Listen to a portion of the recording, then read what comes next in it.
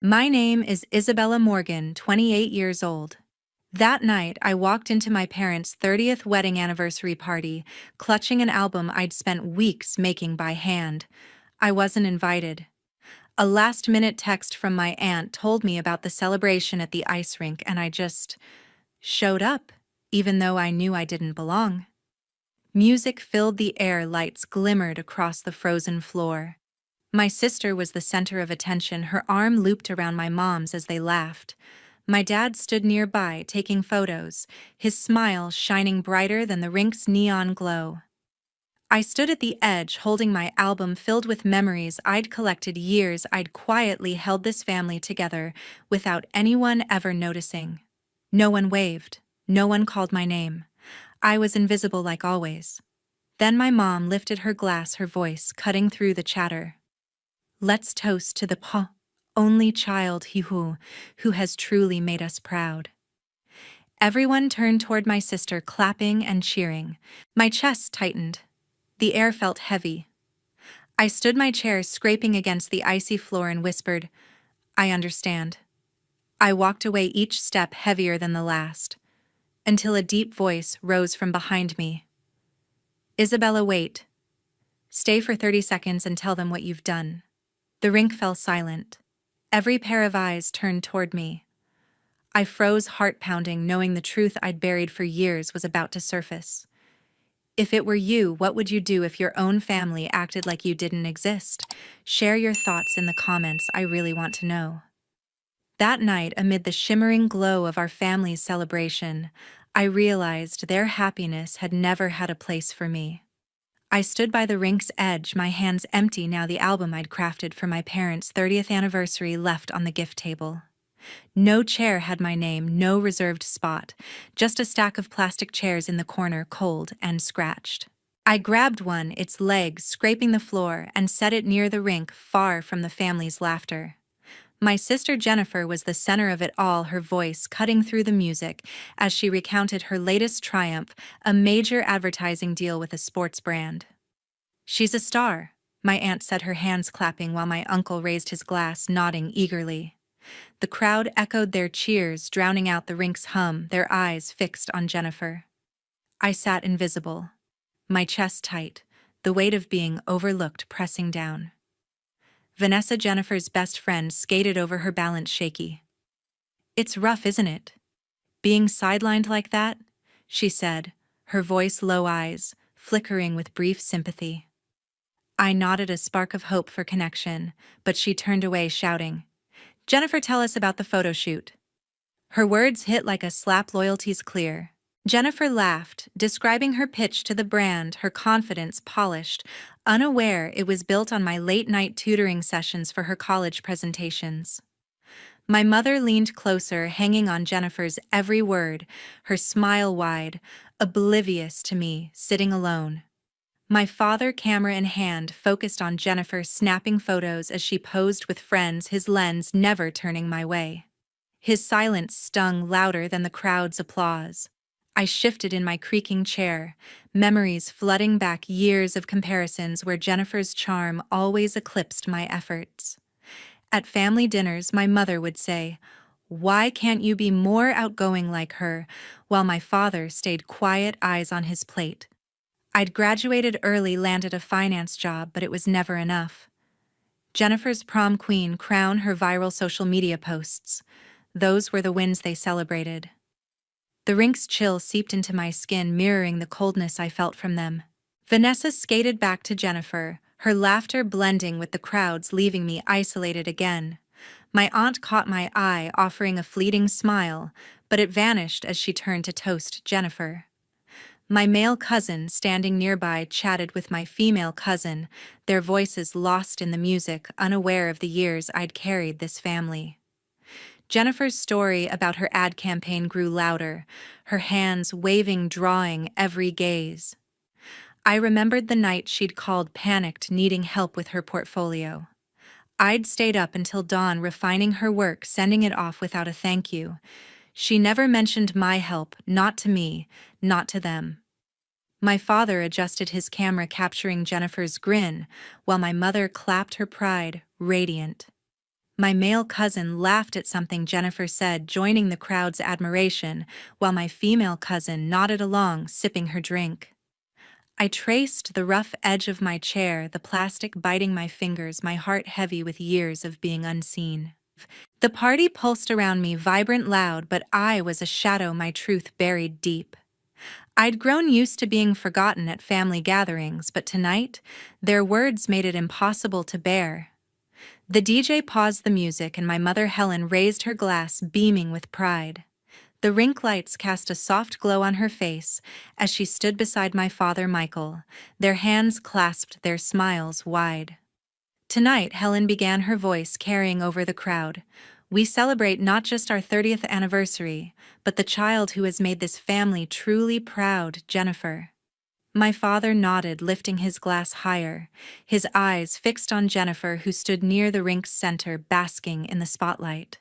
Her advertising deal is proof of her brilliance. He added, his voice warm, unwavering. The crowd erupted in applause, hands clapping, glasses clinking, all eyes on Jennifer as she smiled, her cheeks flushed with triumph. I stood by the water cooler, my fingers gripping the edge of the counter, unnoticed, my heart sinking under the weight of their words. The sting of being erased burned deeper than I expected.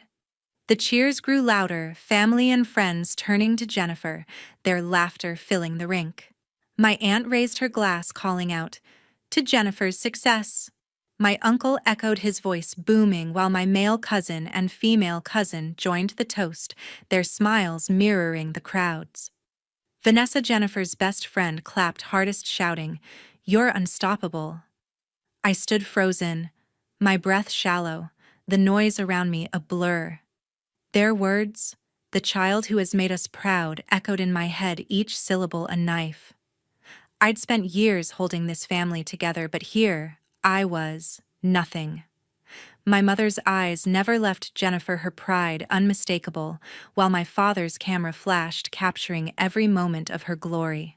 I pushed away from the counter, my legs heavy, and stood up, the chair scraping behind me. "Understand?" I said, my voice sharp, cutting through the din.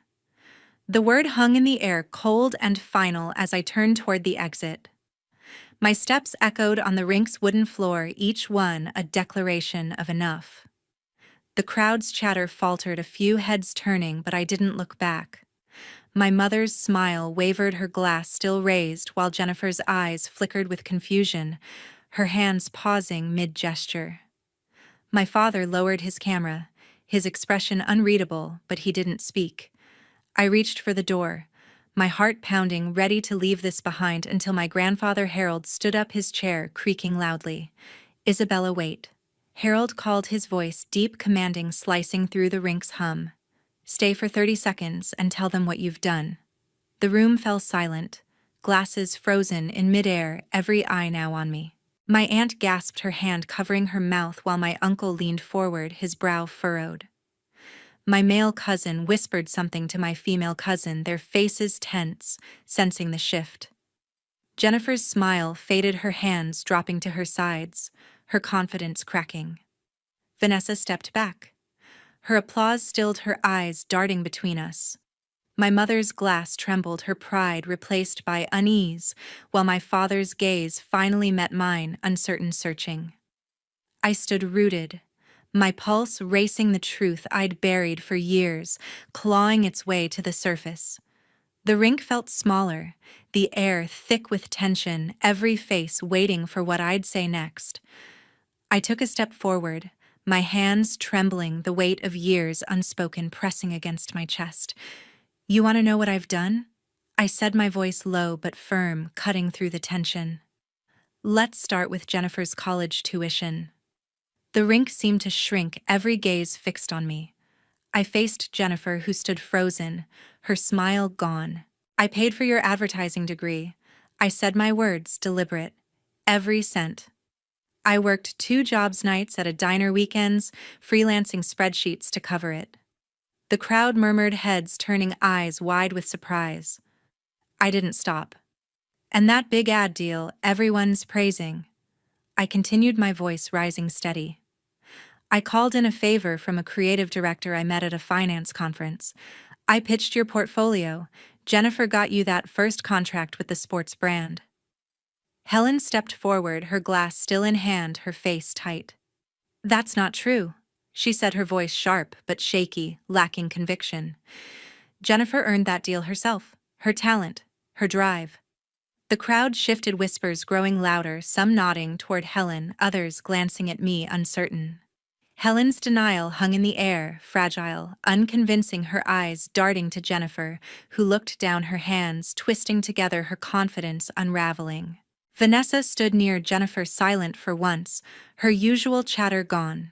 Her eyes widened, flickering with shock, no longer praising Jennifer's success.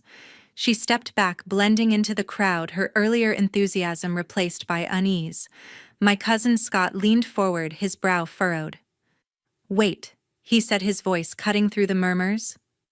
"I saw Isabella send money through a banking app years ago, late at night." Scott nodded, his memory clear, his words landing like a stone. The crowd's whispers grew, eyes shifting between me and Jennifer, the air thick with doubt.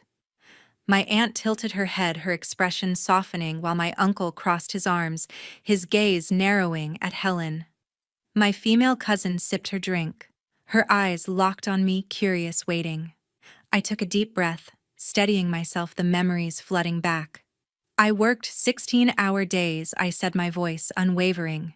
"I'd come home at midnight, my hands aching from typing, my feet sore from waitressing, just to make sure Jennifer could study without loans."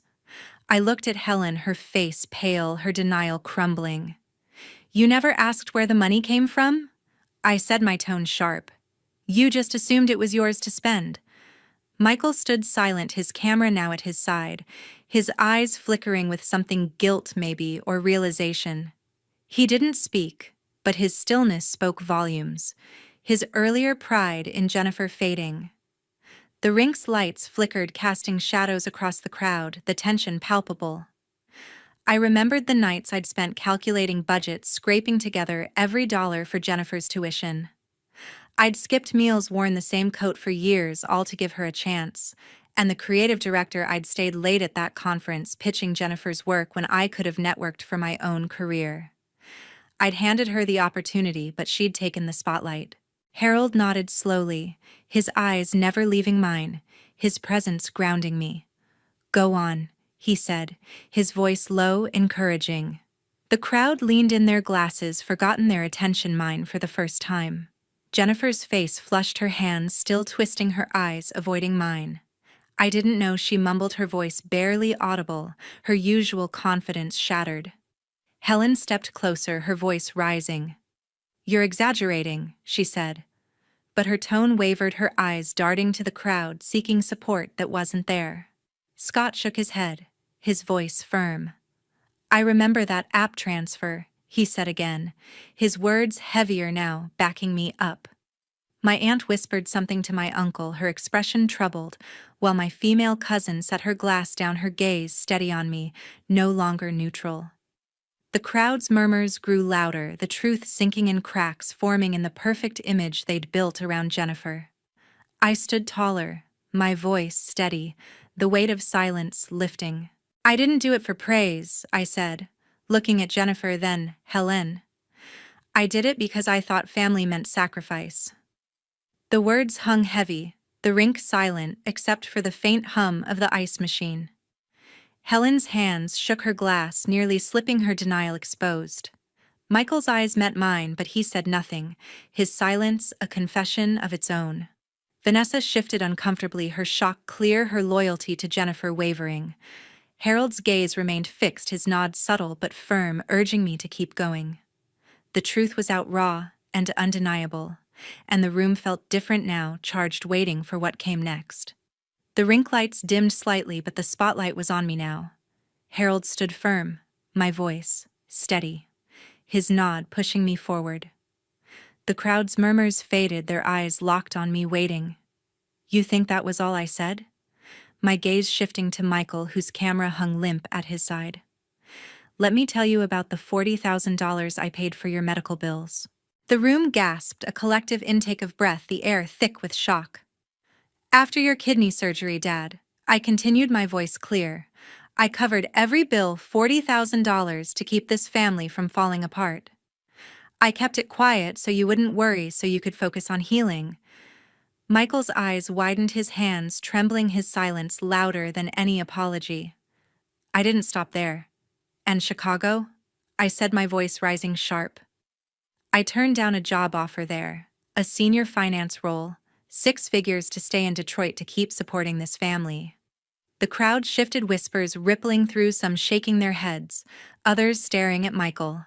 My Aunt Cynthia stepped forward, her face pale, her voice soft. "Why didn't you say anything, Isabella?" She asked, her tone genuine, her eyes searching mine. Before I could answer, Helen cut in, her voice shrill. "She's exaggerating." Helen said, her hands waving dismissively, her words hollow. "You're making this up to steal the spotlight." Her accusation stung, but it lacked strength, her eyes darting nervously, betraying her doubt.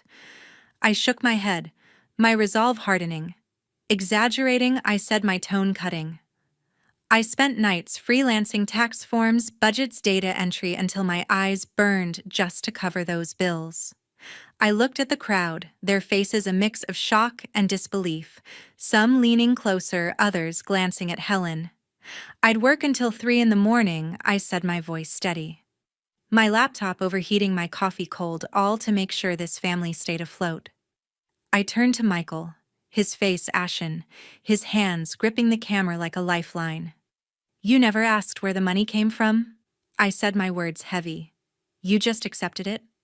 "Assumed it was there." My cousin Rebecca stood near the rink's edge, her drink forgotten in her hand. I saw her. Rebecca muttered, her voice low but clear, cutting through the tension. Late at night, her laptop glowing in the living room, working when everyone else was asleep. Her words landed softly, but they carried weight, heads turning toward her, then back to me. The crowd's murmurs grew, the truth sinking deeper, cracks widening in the family's facade. Cynthia nodded, her expression troubled, her earlier question unanswered. My uncle stood beside her, his arms crossed, his brow furrowed, his silence a quiet acknowledgement of my words. Helen's face tightened, her hands clenched, her denial unraveling. "You're twisting things," she said, her voice weaker now, her eyes avoiding mine. Jennifer stood silent, her head bowed, her earlier confidence gone, her hands still at her sides. Harold leaned back in his chair, his eyes steady, his presence a quiet anchor. The rink felt smaller, the air heavy with the weight of my truth. I remembered those nights, my fingers cramped from typing, my back aching from hours at the desk, my savings drained to keep Michael healthy, to keep this family together. I'd sacrificed my own dreams, my own future for them, but they'd never seen it. The crowd's eyes stayed on me, some wide with shock, others narrowed with doubt, but none could look away. Michael's gaze dropped, his camera now a burden, his silence a confession of his ignorance. Cynthia's question hung in the air, unanswered, her concern genuine but too late. Rebecca's admission echoed, her voice soft but firm, a small validation of my unseen efforts. Helen's denial faltered, her words losing power, her authority slipping. I stood tall, my heart pounding, the truth raw and exposed. The rink's hum was the only sound, the crowd holding its breath, waiting for what came next. I stepped closer, my voice steady, my heart pounding. "You've always favored Jennifer," I said, my words sharp, cutting through the hush. "When I graduated college early, top of my class, you told me I wasn't good enough, said I lacked her spark." Helen's face paled, her lips parting, but no words came. The memory burned, her standing in our living room, her voice cold, dismissing my degree while praising Jennifer's pageant wins. The crowd shifted, some glancing at Helen, others at me, their whispers a low hum. I didn't stop. "And the family, money," I said, my voice rising firm. "I saw you transfer it to a private account, mom, money meant for all of us, funneled into Jennifer's ad campaigns." The crowd gasped, heads turning, eyes wide with shock. My Uncle James stepped forward, his face tight. "Helen, is this true?" James asked, his voice low, urgent, his arms uncrossed now, demanding answers. Helen's eyes darted to him, then away, her hands clutching her glass. It's private family business, she said, her tone evasive, her words stumbling. You wouldn't understand. Her deflection hung weak, unconvincing, the crowd's murmurs growing louder, their doubt palpable. I held my ground, my gaze locked on Helen. Private, I said, my tone sharp. I saw the bank notification on your phone last week. $15,000 moved to an account tied to Jennifer's agency. The crowd's whispers turned to gasps, glasses forgotten, eyes fixed on me.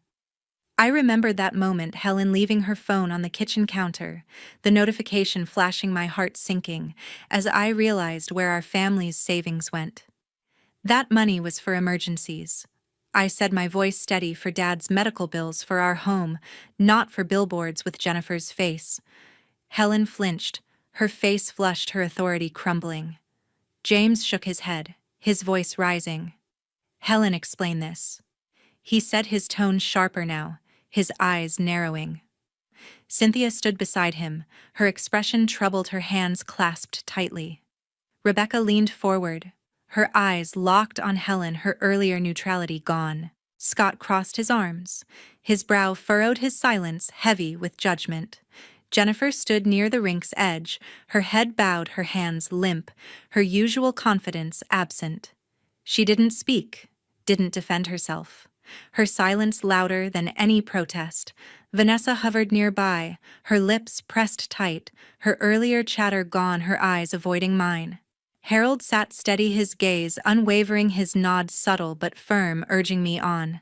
Michael stood frozen, his camera forgotten. His eyes flickering with something, guilt perhaps, or shame. The rink's lights cast long shadows, the tension thick. The crowd's murmurs a constant hum. I remembered the years of being overlooked, my efforts buried under Jennifer's spotlight. My sacrifices ignored. I didn't want to shame you, I said, my voice low, directed at Helen. But you forced this, pretending I was invisible, pretending Jennifer did it all alone. The crowd's eyes stayed on me, some nodding, others whispering the truth, sinking in, undeniable. Helen's hands trembled, her glass nearly slipping, her voice barely a whisper. You're twisting everything, she said, but her words lacked strength, her eyes darting to the crowd, seeking support that wasn't there. James stepped closer, his voice firm. No. Helen, answer me, where did that money go? He pressed, his tone unyielding. The crowd leaned in their whispers, now a low roar, the rink feeling smaller, the air heavy. Jennifer's head stayed bowed, her silence a confession of its own. I stood tall, my heart racing, the weight of years unspoken, finally lifting the truth raw and exposed, the family's facade shattered. The ice seemed to crack under the weight of the truth. Harold stood slowly, his presence commanding, his voice steady. I locked the family account, Harold said, his words cutting through the rink's silence. When I found out Helen's plan to divert funds for Jennifer's campaigns, I froze it to protect what's left. The crowd gasped, heads turning, eyes wide with shock. James nodded, his jaw tight, while Cynthia covered her mouth, her gaze flickering to Helen. Rebecca leaned forward, her expression stunned, while Scott crossed his arms, his silence heavy. The rink felt smaller, the air charged, the family's facade crumbling further. Michael stepped forward, his camera dangling, his face ashen. I knew, Michael said, his voice low, trembling, the admission slicing through the tension. I knew about your help, Isabella, the medical bills, the sacrifices, but I stayed quiet, afraid of fighting with Helen. His eyes met mine, filled with regret, his hands shaking. The crowd's murmurs grew, some shaking their heads, others staring at him, their disappointment palpable. I felt a pang in my chest. His words a mix of relief and betrayal, he'd seen my efforts yet chosen silence, letting Helen's favoritism fester. I took a deep breath, my resolve hardening. I'm done, I said, my voice clear, unwavering, directed at the family. I can't keep sacrificing for people who don't value me. The words hung heavy, the crowd froze in their glasses, forgotten. I've given everything, my time, my money, my dreams, but I'm not invisible anymore. I looked at Helen, then Jennifer, my heart heavy but firm. I'm cutting ties, walking away from this family that never saw me. The rink's hum was the only sound, the weight of my decision sinking in the crowd's eyes locked on me, some nodding, others stunned. Jennifer stepped forward, her head no longer, bowed, her voice shaky. "Isabella, I'm sorry," she said, her eyes glistening, her hands reaching out. "I didn't mean to take everything." Her words faltered, her usual confidence gone, but I shook my head, my voice cold. "Your apology comes too late." I said, my tone final. "The truth can't undo years of being overlooked." Jennifer's face fell, her hands dropping, her silence a confession of her part in this. Vanessa stood nearby, her lips pressed tight, her earlier chatter absent, her eyes avoiding mine, her loyalty to Jennifer irrelevant now. Helen's face twisted, her anger flaring. "You're tearing this family apart." She spat, her voice sharp, her glass slamming onto a nearby table. Without another word, Helen turned, her heels clicking on the rink's wooden floor, and stormed toward the exit. The crowd watched silent as she disappeared through the doors, leaving a void behind. Michael stood frozen, his eyes on the ground, his admission still echoing. James and Cynthia exchanged glances, their faces troubled, while Rebecca and Scott remained still, their expressions a mix of shock and understanding. Harold sat back, his nod subtle, his eyes steady, approving my stand. The rink's lights flickered, the silence heavy, the family fractured. I stood tall, my heart racing, the weight of years lifted, replaced by a new resolve. The crowd's whispers faded, their eyes still on me, some with sympathy, others with unease. I'd laid bare the truth, exposed the favoritism, and chosen myself for the first time. The ice stretched out before me, cold and vast, a mirror of the distance I'd now set between me and this family. The party was over, the celebration hollow, and I knew my next step was out that door toward a life no longer defined by their neglect. I walked out into the Detroit night, the rink lights fading behind me. The cold air hit my face sharp and freeing as I left the family I'd once poured everything into. Weeks later, I packed my bags and moved to Chicago, a city buzzing with possibility, far from the weight of their expectations. I landed a job in finance, senior analyst, a role I'd earned through years of grit, my desk overlooking the skyline, my evenings filled with new faces, new dreams. For the first time, I lived for myself, unburdened, my days no longer defined by their needs, my nights no longer heavy with their neglect. Chicago's pulse became my own, each step a reminder I'd chosen freedom. Back in Detroit, Helen faced the fallout. With the family account locked by Harold, her investments for Jennifer's campaigns collapsed, her plans unraveling like thread. Relatives turned cold, their whispers sharp. James and Cynthia no longer invited her to gatherings, their trust broken by her secret transfers. Rebecca later told me Helen's calls went unanswered, her apologies ignored, her reputation among kin shattered. She'd built her world on favoring Jennifer, but now with the truth exposed, she stood alone, her authority gone, her pride a hollow shell. Jennifer's world crumbled too. The truth about her ad deal, my role in securing it, spread like wildfire across early social media platforms, posts and forums buzzing with the story. Her agency dropped her the big sports brand contract, vanishing, her name no longer a shining star, but a cautionary tale. Scott mentioned seeing her at a local cafe, her confidence gone, her eyes scanning for recognition that never came. She'd relied on the spotlight I'd handed her, but without it, she faltered, her success exposed as borrowed, her fame fleeting. One evening, as I sat in my Chicago apartment, my phone lit up with a message from Rebecca. "Isabella, we were wrong." Rebecca wrote, her words raw, direct. "The family failed you, I failed you. I'm sorry." I stared at the screen, my thumb hovering, the words stirring memories of her quiet nods at the rink. She'd seen my late-night work, spoken up when it mattered, but it wasn't enough to bridge the years of silence. I set the phone down, unanswered, my heart steady but unmoved. Her apology, like Jennifer's, came too late, a gesture unable to undo the past. Looking back, I learned something vital. Self-respect matters more than validation from those who don't value you. I'd spent years sacrificing money dreams, time for a family that looked past me, but in walking away, I found my worth. Chicago taught me to build a life on my terms, to seek people who see me, not just what I can give. The rink, the tributes to Jennifer, the years of being invisible, they're behind me now, a chapter closed. I'm not defined by their neglect, but by the strength I found to leave it.